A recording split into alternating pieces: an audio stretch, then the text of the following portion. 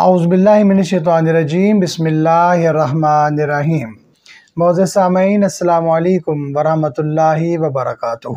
آج ہمارا موضوع سخن ہے مسلمان کی مدد رحمت خداوندی کا سبب۔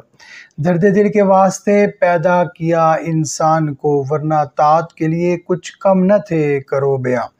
اللہ رب العزت پاک کلام میں ارشاد فرماتے ہیں وَأَحْسِنُوا إِنَّ اللَّهَ يُحِبُّ الْمُحْسِنِينَ، اور احسان کرو، بے شک اللہ احسان کرنے والوں کو پسند کرتا ہے۔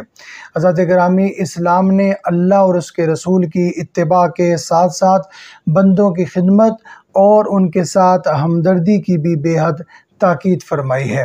اللہ کے رسول کا ارشاد ہے کہ من قرب عن مسلم من نفس عن مسلم قربۃ من قرب الدنیا نفس اللہ عنہ قربۃ من قرب یوم القیامہ۔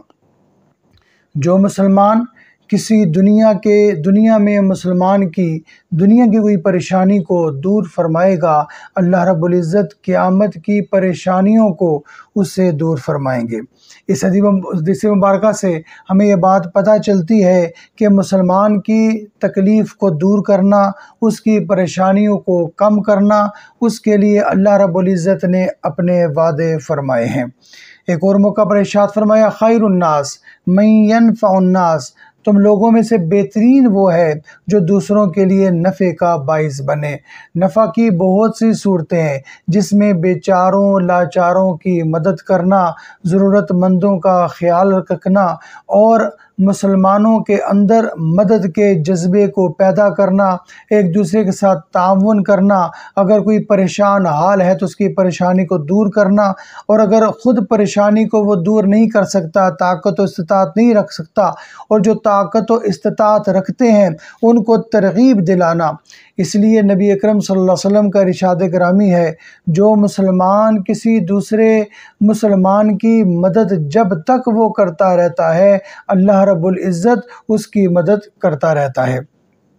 حضرت ابی سعید آپ سے روایت ایک نقل ہے، جس میں آپ ارشاد نبی اکرم صلی اللہ علیہ وسلم کی روایت کو نقل فرماتے ہیں کہ اللہ کے رسول صلی اللہ علیہ وآلہ وسلم نے ارشاد فرمایا ایما مسلم کسا مسلما ثوبا علی عرو کسا اللہ من خدر الجنہ وایما مسلم اطعم مسلما علی جوع اطعم اللہ من ثمار الجنہ وایما مسلم سقا مسلما علی ظمأ سقاہ اللہ من الرحیق المختوم۔ اللہ کے رسول نے ارشاد فرمایا کہ جو مسلمان کی ضرورت کو پورا کرتا ہے، اس کی مدد کرتا ہے، تو اس کے لیے کیا وعدے فرمائے ہیں؟ اس کے لیے فرمایا کہ جو مسلمان جو دنیا کے اندر جس کے جسم پر کپڑے نہیں ہیں وہ اس کو کپڑے پہناتا ہے، تو اللہ رب العزت اس کو جنت کی سبز پوشاکیں اس کو پہنائے گا۔ اور جو کوئی مسلمان بھوکا ہے اور اس بھوکے مسلمان کو دوسرا مسلمان کھانا کھلائے گا، اللہ رب العزت اس کو جنت کے میوے کھلائے گا۔ جو مسلمان اگر پیاسا ہے تو جو کوئی اس کی پیاس کو بجھائے گا، اللہ رب العزت جنت کی شراب طہور اس کو پلائے گا۔ سبحان اللہ! دیکھیے، مسلمان کی مدد کرنا، اس کی پریشانی کو دور کرنا اور اس کے لیے آسانیاں پیدا کرنا، اس کے لیے اللہ رب العزت نے کتنی خوبصورت اس کے لیے انعامات کا اعلان کیا ہے۔ ایک اور موقع پر اللہ کے رسول صلی اللہ علیہ وآلہ وسلم کے پیارے صحابی کا ایک بڑا ہی خوبصورت واقعہ ہمارے سامنے آتا ہے کہ جس میں حضرت عبداللہ ابن عباس آپ مسجد کے اندر اعتکاف فرما رہے ہیں۔ ایک شخص پریشان اور مغموم آپ کے پاس آ کر بیٹھا۔ آپ نے اس سے پریشانی کا سبب پوچھا۔ اس نے عرض کی حضور میرے اوپر قرض ہے اور جس کا قرضہ دینا ہے وہ تقاضا کر رہا ہے۔ آپ نے فرمایا اگر تم کہو تو میں اس سے جا کر بات کروں۔ تو اس شخص نے کہا آپ بات کر لیجئے۔ آپ اٹھے اور آپ جوتیاں پہن کر مسجد سے نکلنے لگے تو وہ شخص بولا حضور لگتا ہے آپ بھول گئے، آپ اعتکاف میں ہیں۔ آپ نے فرمایا میں بھولا نہیں ہوں، بلکہ مجھے یاد ہے میں اعتکاف میں ہوں، لیکن ایک موقع پر اللہ کے رسول صلی اللہ علیہ وآلہ وسلم نے ارشاد فرمایا تھا کہ جو کسی ضرورت مند مسلمان کی ضرورت کو پورا کرتا ہے تو اللہ رب العزت اس کو 10 سال کے اعتکاف کا ثواب عطا فرما دیا کرتا ہے۔ سبحان اللہ!